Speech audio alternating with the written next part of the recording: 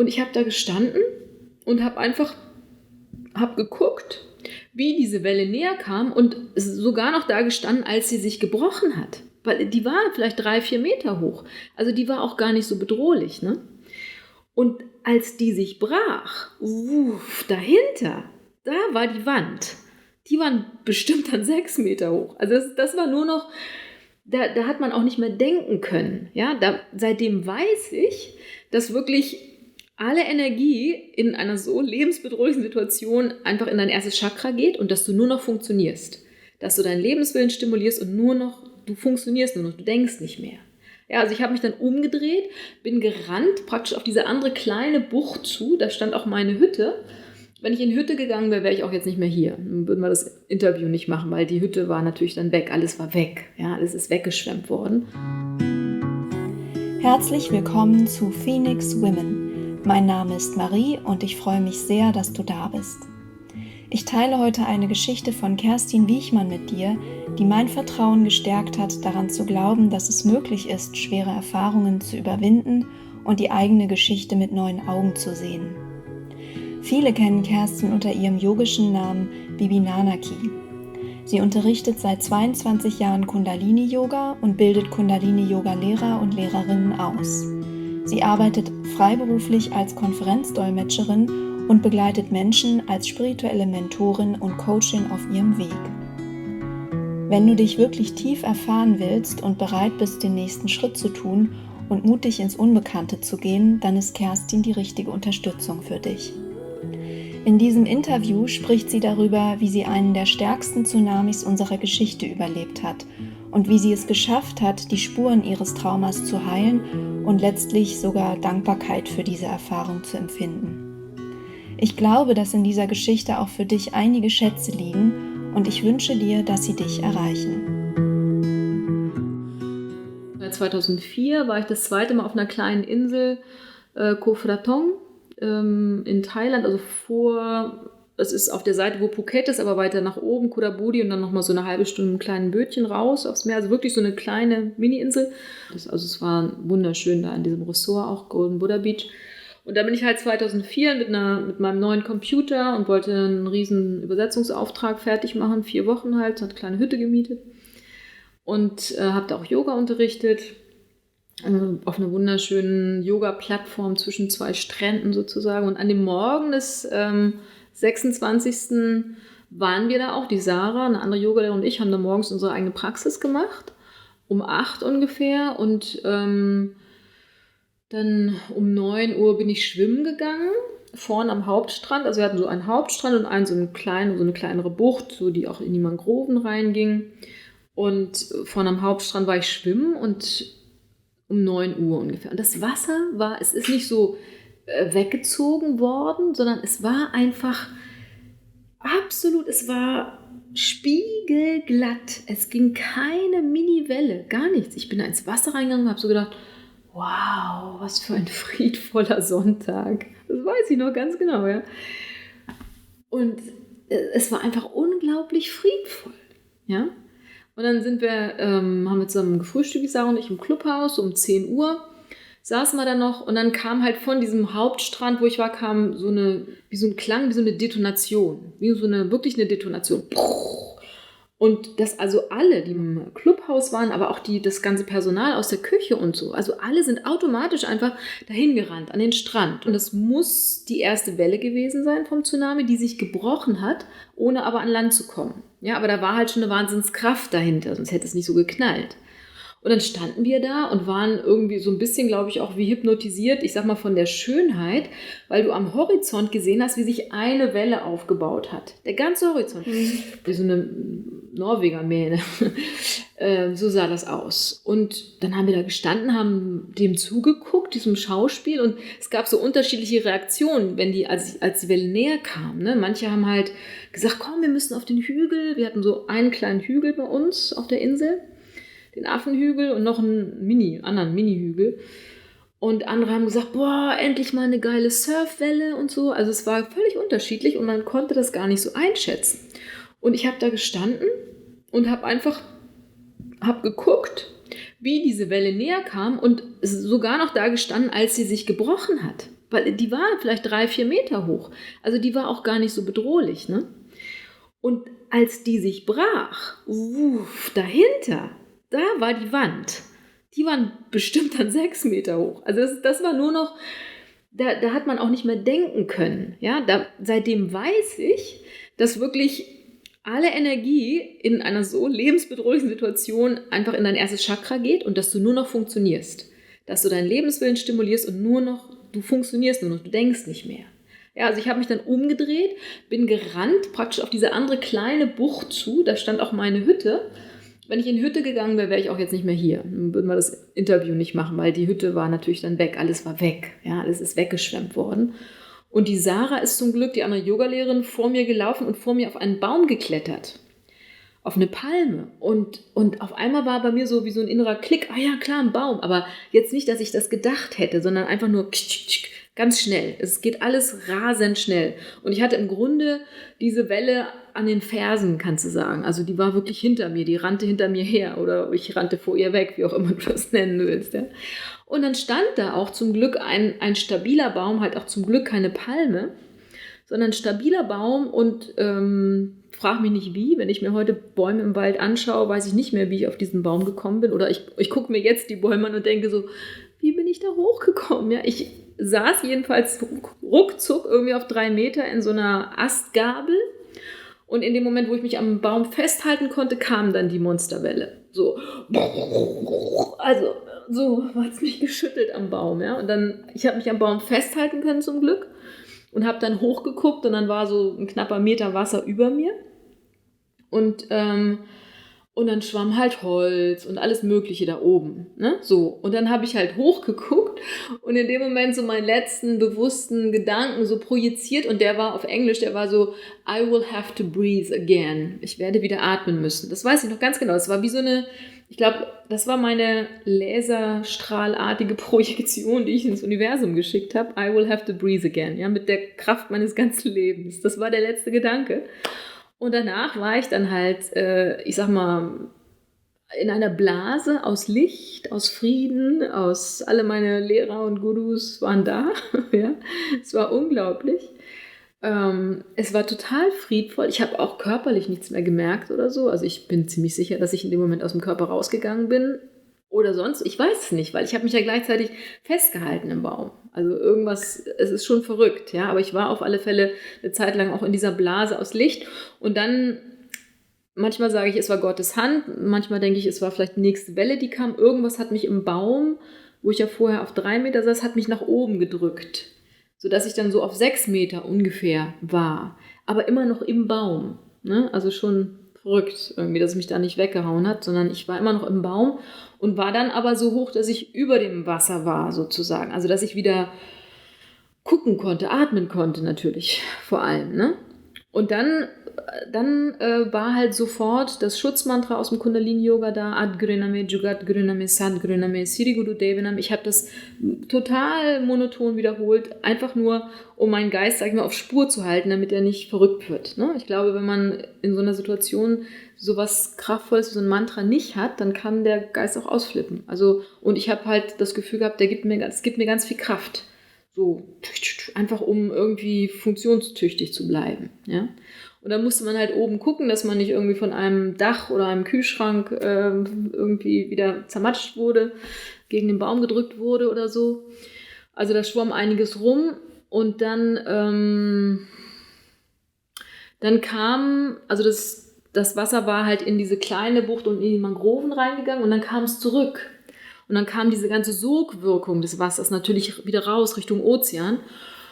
Und da habe ich mich noch mal ganz heftig festgehalten und dann war es aber auch irgendwie so, oh, ich kann nicht mehr, ich gebe jetzt auf oder so. Ne? Aber irgendwie habe ich es geschafft, mich festzuhalten und ich denke auch, dank des wirklich regelmäßigen Yogas hatte ich auch die körperliche Kraft, war der Körper auch elastisch genug, also dass ich hatte hier oben an der Augenbraue, da blutete es, habe ich jetzt eine kleine Narbe, das ist eigentlich das Einzige, was ich habe vom Tsunami. Da muss irgendwas gegengekommen sein. Und dann ging halt das Wasser zurück zum Ozean. Und als es dann niedriger wurde und ganz weg war, also es war dann wirklich ganz weg, sodass man den Sand auch wieder sehen konnte, habe ich im Baum runtergeguckt und habe gesehen, dass da noch 3 andere Menschen saßen. Da saß ein thailändisches Pärchen vom Personal und eine ältere Frau aus Australien. Ich habe keine Ahnung, ich habe die nicht gesehen, als die in den Baum kamen. Ich weiß es nicht, ja. Und die haben mich dann gewunken, komm runter, wir müssen auf den Affenhügel. Das war ja diese einzige Erhebung, die wir hatten. Wir müssen da rauf. Und ich wollte nicht, ne, weil mir ganz klar war, so, wenn ich diesen Sand da unten wieder betrete, dann kommt wieder Wasser. Das war halt das, was mein System gespeichert hatte als Erinnerung. Ne? Und dann haben sie mich aber zum Glück doch überreden können. Bin ich irgendwie wieder runtergerutscht in diesem Baum. Und dann sind wir den Berg hochgekraxelt sozusagen, ne? Und diesen kleinen Hügel. Und da waren dann 80 Personen ungefähr. Also wir waren 135 in dem Ressort. Und letztendlich also haben wir rausgefunden, dass halt 13 sind gestorben dabei. Ne? Also schon ziemlich viel. Und wir hatten aber auf dem Hügel, da war wirklich alles. Wir hatten eine deutsche Familie, die hat ihr Gepäck dabei, die waren trocken. Wir hatten Tote, wir hatten Schwerverletzte, wir hatten ein kleines Mädchen, der war eine Palme direkt auf die Brust gefallen. Also alles war da. Die Sarah, die Yogalehrerin, die hat sich dann schon um das kleine Mädchen gekümmert. Also die Palme von der Sarah, die war umgeknickt, sodass Sarah dann, die war ja ganz bei mir in der Nähe, die hing dann quasi horizontal über dem Wasser. Und so ein Rockmusiker aus den USA, der saß irgendwie ganz oben in so einem Baum und wir beide haben zu ihr geschrien, ne? Ihr zugerufen, halt auf, also keep up, halt durch und so, ne? Und sie war dann auch zum Glück oben auf dem Hügel und hat dann diesem kleinen Mädchen da geholfen. Und ich habe total mit mir gehadert. So. Und ich habe mich dann fertig gemacht. Ich habe so, du willst spirituell sein, du willst Lehrerin sein, kannst doch nicht mal jemand helfen hier? Ich meine, ich war irgendwie gerade aus dem Tsunami raus und habe halt gemerkt, ich war total verlangsamt. Ich spreche jetzt mal so, wie ich damals nur denken konnte. Das ganze System war absolut verlangsamt. Es war unglaublich. Mein ganzes Nervensystem war unter dem Schock natürlich zugegangen.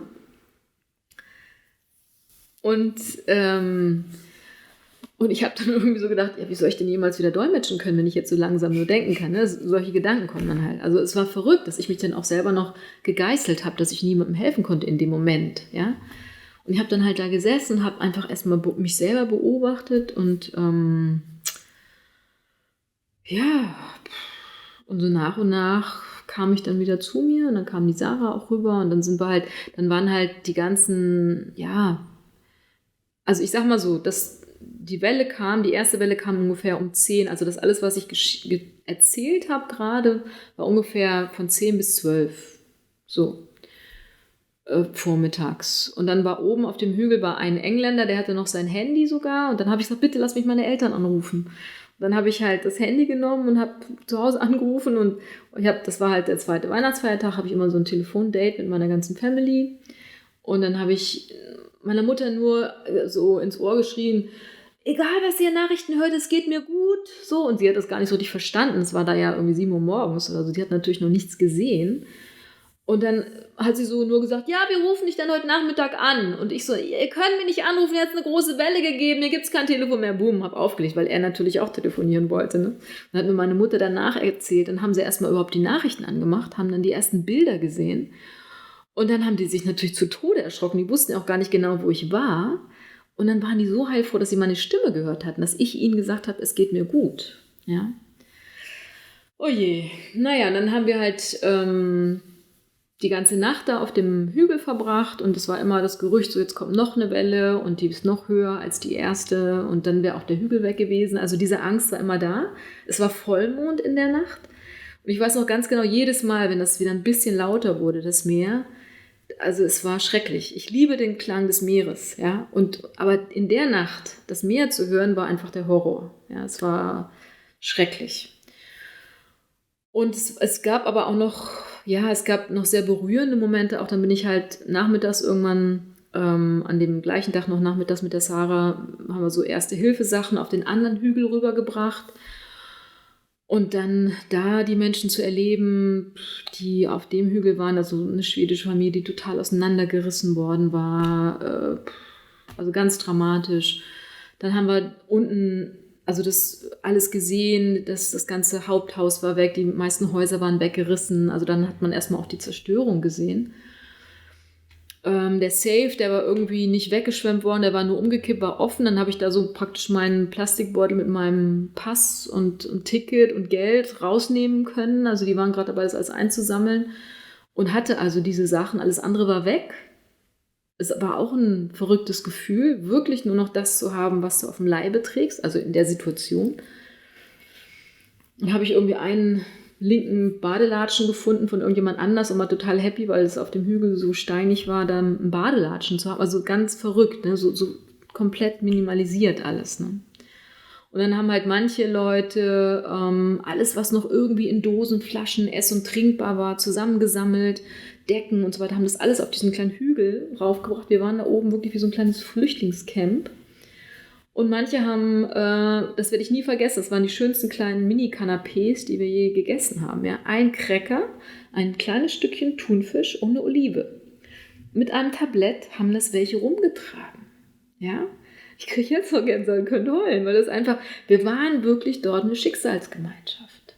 Also das ist wirklich was einen irgendwie zusammenschweißt, wenn man da gemeinsam durch ist. Ne? Und dann hat man halt da oben auch die Geschichten von den anderen gehört und am nächsten Morgen um 6 fing das halt an, dass die Navy uns, die thailändische Navy uns da nach und nach rausgeholt hat mit so Schnellbooten.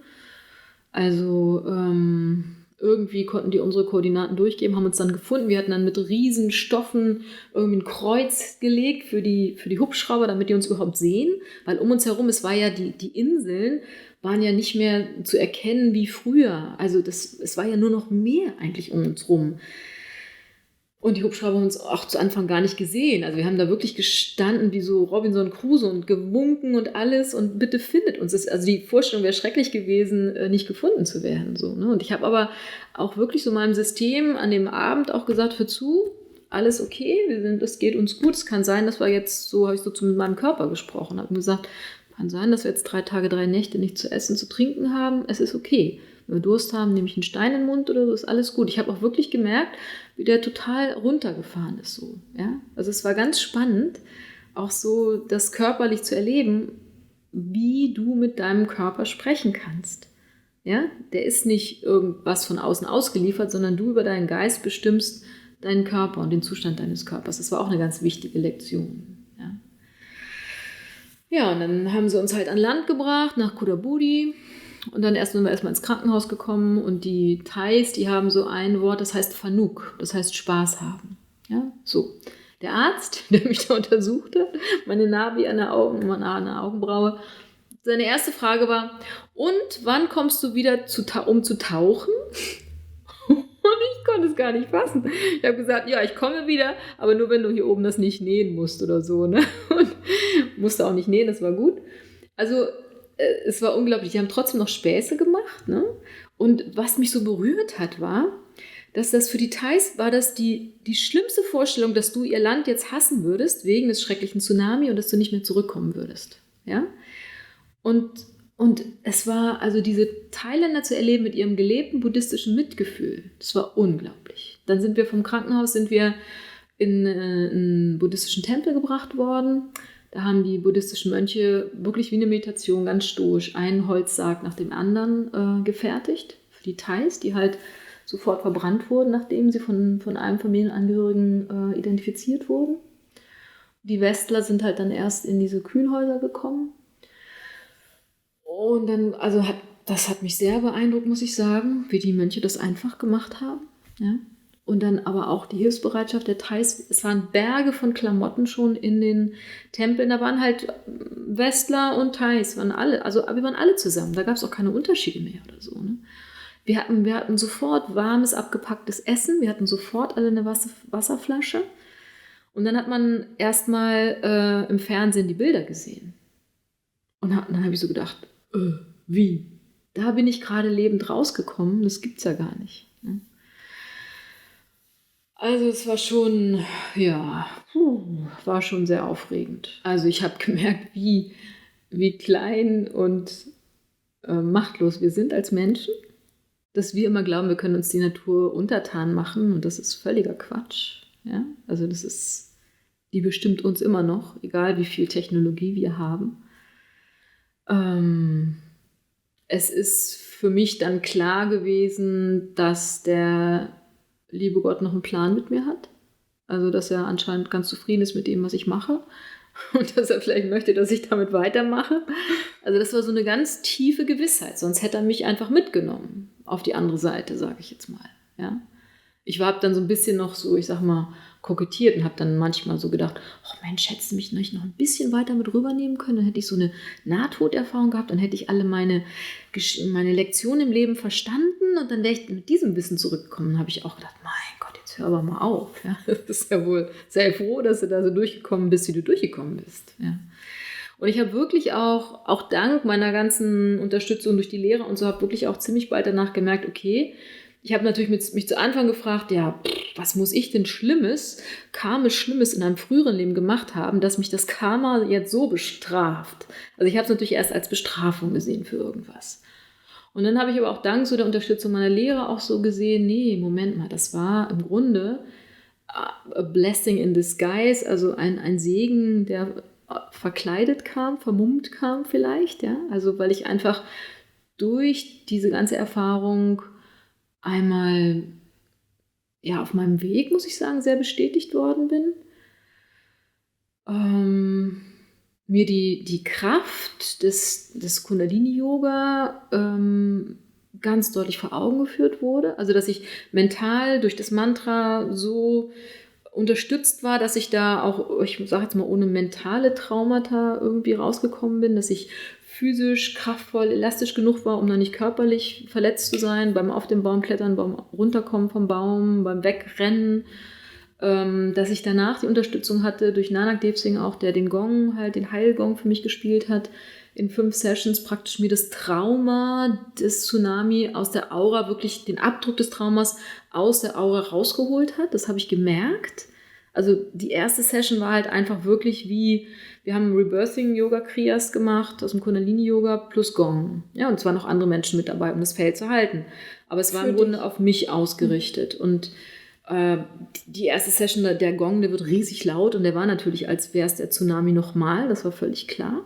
Und dann aber mit jeder Session, 5 Wochen lang hintereinander, einmal pro Woche, habe ich gemerkt, nee, es geht immer weiter raus, das Trauma. Ja, und 4 Monate später war ich im Mittelmeer wieder baden auf Ibiza. Ne? Und bin ganz bewusst, als ich ankam auf Ibiza, ich konnte noch nicht mal das Wasser rauschen hören. Ne? Das Plätschern ganz seicht, war schon too much. Da habe ich mich ganz sanft rangetastet und bin dann am Meer spazieren gegangen und so. Und so am 3., 4. Tag bin ich dann wirklich bewusst ins Wasser gegangen, weil ich liebe das Meer und ich wollte mich mit dem Meer wieder versöhnen. Ne? Und dann ging es. Ich bin auch bewusst mit dem Kopf unter Wasser, habe die Augen aufgemacht und so, habe mit dem Meer gesprochen und das hat alles funktioniert. Und dann gab es für mich noch so eine Szene, das war 2010, da habe ich so einen 3 Wochen oder fast 4 Wochen Track gemacht in Zanskar oben, Zanskar Ladakh in Nordindien. Da mussten wir einmal durch so einen reißenden Bergbach durch, wo eine Brücke weggerissen war. Und da haben wir halt so eine Menschenkette gebildet. Und dann stand ich halt links und rechts, hielt mich jemand und ich guckte direkt auf diesen reißenden Bergbach, der auf mich zukam mit so schlammigem, braunem Wasser. Und das war im Grunde genau das gleiche Wasser, auch von der Kraft her, wie beim Tsunami. So. Und dann habe ich so gedacht, danach, als ich dann durch war auf der anderen Seite, habe ich so gedacht, okay, wenn jetzt noch irgendwas an Resttrauma in meinem System gewesen wäre, dann wäre ich da erstarrt gewesen. Also dann hätte ich mich nicht weiter bewegen können. Dann wäre irgendwas passiert. Ne? Und das war dann für mich echt so das gute Gefühl, jetzt ist es komplett raus. Ja? Also ich habe wirklich durch den Tsunami so viele Geschenke bekommen, weil ich so viel verstanden habe, auch was das Kundalini-Yoga angeht. Was das wirklich für ein kraftvolles Instrument ist, was dich halt selbst in solchen Situationen total unterstützt. Ne? Und halt natürlich auch, was die Heilwirkung des Gongs angeht. Ja, und eigentlich das Schönste war so die ersten Umarmungen von den liebsten Menschen, als sie dich zum ersten Mal wiedergesehen haben. So, ne? Oh, wie schön, dass du da bist. Also, dass man wirklich so, ich glaube, das ist auch was vor allem das erste halbe Jahr ganz präsent war. Hey, genieße jeden Moment, sei jeden Moment präsent mit den Menschen, die dir lieb sind, weil es kann sein, dass der morgen nicht mehr wiederkommt. Ja, wir gehen immer davon aus, so was ganz Selbstverständliches, der Mensch ist morgen noch da. Wer weiß, was morgen ist, wir wissen es nicht. Ja? Also das ist für mich auch was ich gelernt habe, so, es kann wirklich jeden Moment vorbei sein. Und für mich persönlich, ich habe, glaube ich, schon so viel gelebt in diesem Leben, dass ich sage, es wäre okay. Das habe ich mit 35 auch schon gesagt. Es ist okay, ich kann morgen gehen. Ja? Ich habe ein volles Leben gehabt. Aber dann das halt auch umzusetzen in eine, ich sag mal, eine andere Präsenz im Moment, das finde ich halt wichtig. Ja.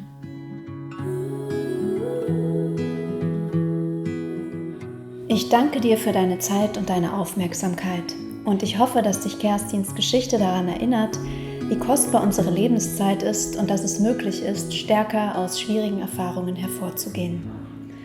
Mehr über Kerstins Arbeit erfährst du auf ihrer Webseite und den Link findest du in der Beschreibung dieser Folge.